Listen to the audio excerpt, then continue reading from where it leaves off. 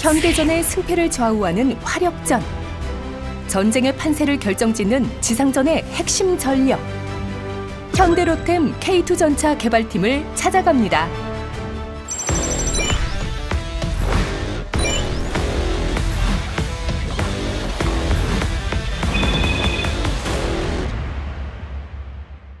안녕하세요. 저는 현대로템에서 5년차 근무 중인 국지호라고 합니다. 전차팀 체계워킹 그룹에서 근무를 하고 있으며 체계종합 설계 업무를 담당하고 있습니다. 1977년 창립된 현대로템은 M48 전차 개조 사업을 시작으로 한국형 전차 개발에 본격적으로 참여하면서 방위산업체로서의 초석을 다졌습니다. 1984년에는 K1 전차 개발을 시작으로 K1A1, K1E1, K1A2 성능 개량도 진행했는데요. 특히 2008년에는 최초의 한국형 전차인 K2를 개발해 방위산업 분야 글로벌 경쟁력을 키워가고 있습니다. 제가 담당하고 있는 것은 인간공학 관련된 업무와 중량관리 쪽 업무입니다. 인간공학 같은 경우에는 승무원이 운용 시에 조금 더 안전하고 편리하게 운용할 수 있도록 분석하고 그에 따라 설계를 하는 업무를 말합니다. 그리고 중량 관리는 전차를 구성함에 있어서 여러 가지 장치들이 이제 적용이 되는데 그 장치들에 따라 중량 물성치가 변경이 되게 되면 전차 체계 성능에 큰 변화를 줄 수 있기 때문에 최선의 성능을 낼 수 있도록 관리하는 역할을 하고 있습니다.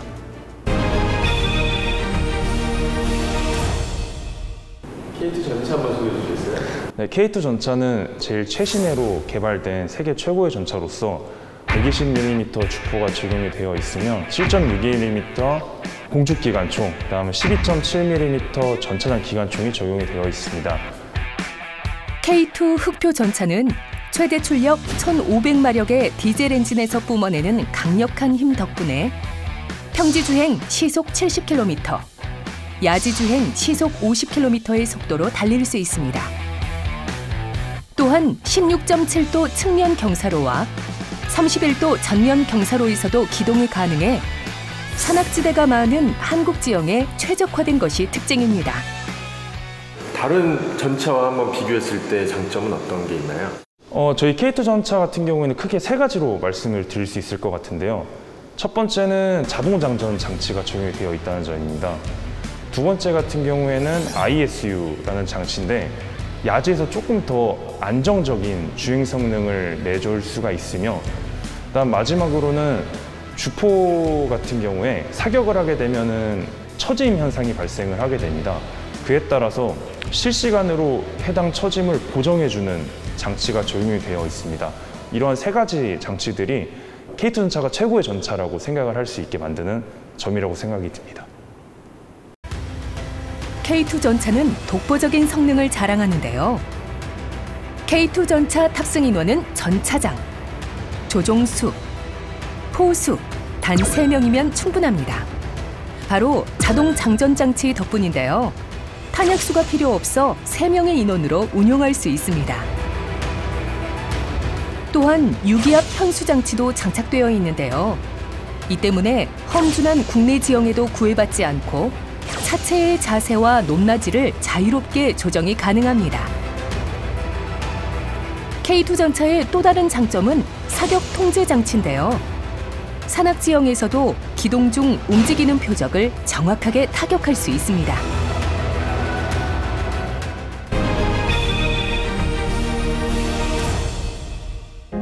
보통 연구실이라 하면 사방에 꽉 막힌 공간이 떠오르기 마련인데요. 현대로템의 연구실은 다르네요. 연구원이시잖아요. 예. 네, 보통 사무실에서 이렇게 근무하시나요? 네, 보통은 사무실에서 근무를 하고 있고 저희가 이제 시제품을 만들거나 그다음에 개발할 것들이 있으면은 창원에 있는 공장에 가서 시제품을 제작을 하고 확인을 하는 작업을 하고 그다음에 추가적으로 시험이 있다고 하면은 군부대를 가서 이제 사격 시험이라던가 주행 시험 등을 확인을 합니다. 사무실이 분위기가 조용하진 않고 서로 이렇게 의사소통을 활발하게 하는 분위기인 거 아니에요? 이 하나의 전차를 개발하는 데 있어서는 한 사람의 능력으로만 할 수 있는 게 아니라 좀 서로들 간의 의사소통이 확실히 좀 필요한 경우가 많아서 좀 시끌시끌한 것 같습니다. 모니터를 보며 작업에 열중하던 국지호 연구원. 갑자기 자리를 박차고 일어나 어딘가로 향하는데요. 아하, 회의실로 가는 거였네요. 오늘은 전차팀 회의가 있는 날인데요. 서로 의견을 나누면서 활발하게 토론을 하네요. 어떤 회의를 하는 걸까요? 폴란드로 수출을 준비를 하고 있는데 그에 따라서 이제 좀 변경되는 부분들이 발생을 해서 장치 담당자분들이 생각하시는 변경 사항들 다 파악해가지고 지금 현재적 다 검토 중인. 오늘 회의는 만족할 만한 결과가 없으셨어요? 네, 정말 오늘 회의 만족스러운 결과 받았고 이제 또 이것 따른 후속 업무 진행을 해야 되니까 네, 오늘 회의는 여기서 종료를 해야 될 것 같습니다. 네.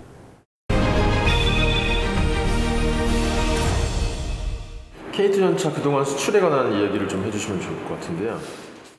저희가 이제 조금이라도 더 발전된 무기 체계를 보여주기 위해서 수출을 이제 진행을 하고 있는데 전시회도 나가고 거기서 많은 설명들도 드리고 그다음에 저희 K2 전차에 대한 좋은 점들에 대해서 인지도를 많이 높이려고 노력을 했고 결국은 이러한 점들이 큰 빛을 발휘해서 지금 현재 중동 지역 그다음에 유럽 지역에 수출을 예상할 수 있을 정도로 큰 성장을 이루었던 것 같습니다. 드디어 K2 전차가 첫 해외 진출에 성공했는데요. 지난 8월 현대로템은 폴란드 군비청과 4조 4,992억 원 규모의 수출 계약을 맺었습니다. 대한민국에서 전차 완성품을 수출하는 일은 처음이라 이목이 집중됐는데요. 폴란드, 그다음에 뭐 노르웨이 같은 곳들과 협상이 진행 중인데 이제 계약 조건 같은 것 때문에 저희가 좀 자세하게 말씀을 드릴 수는 없지만 폴란드 같은 경우에는 현재 이제 폴란드 국가에서 원하는 것들에 대해서 기술적으로 협상을 하는 단계에 있습니다. 그래서 이러한 기술 협상이 무사히 끝마친다면 이제 곧 계약을 앞두고 있는 상황이라고 볼 수 있습니다. 세계 전차 시장은 이미 포화 상태. 독일, 미국, 러시아 같은 강대국들이 전차 시장에서 우위를 선점하고 있는 현 상황에서 현대로템이 K2 전차의 수출 계약을 성공적으로 따낼 수 있었던 이유는 과연 무엇일까요? 이제 K2 전차를 수출함에 있어서 제일 중요한 것들은 저희 생각에는 그 고객국이 원하는 전차를 만들어주는 것이 제일 중요한 것인데 그 예로 들면은 이제 두 번의 시험 평가가 있었습니다. 첫 번째 시험 평가는 극고온이었던 중동 지역에서 시험 평가를 했던 것이었고 두 번째는 극저온이었던 유럽 쪽에서 시험 평가를 했던 것이었습니다. 전차는 어떤 환경에서도 임무를 완수해야 하는데요. K2 전차는 극고온 사막 지형에도 운용할 수 있도록 추가적인 냉방 장치와 파라솔을 장착하고 승무원 시야 확보를 위해 전방에 흙바지도 개조했습니다. 반대로 극저온 환경에서도 운용이 가능하도록 시동 꺼짐 방지를 위해 예열 장치를 개조하고 배터리 히팅팩과 전동식 에어블로우도 적용했는데요. 이는 끊임없는 도전과 노력을 통해 얻어낸 눈부신 성과입니다.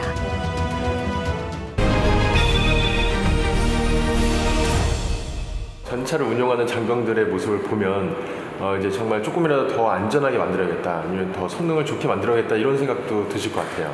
저희가 만드는 무기 체계가 전장 환경에서 쓰이는 무기 체계다 보니까 이제 성능이 원하는 순간에 안 나오면은 전투에서 패배를 할 수 있다고 생각을 하고 있습니다. 그래서 어느 누가 저희 군 장병이 쓰더라도 전투에서 승리할 수 있도록 좀 더 정확한 성능을 낼 수 있는 장비를 만들도록 항상 사명감을 가지고 일을 하고 있습니다. 이제 저희 전차가 이제 수출에 임박을 했다고 생각을 하고 있습니다. 하지만 여기에 포기하지 않고 전 세계적으로 K2 전차가 최고의 전차라는 말을 듣기 위해 앞으로 부철주야 노력하겠습니다.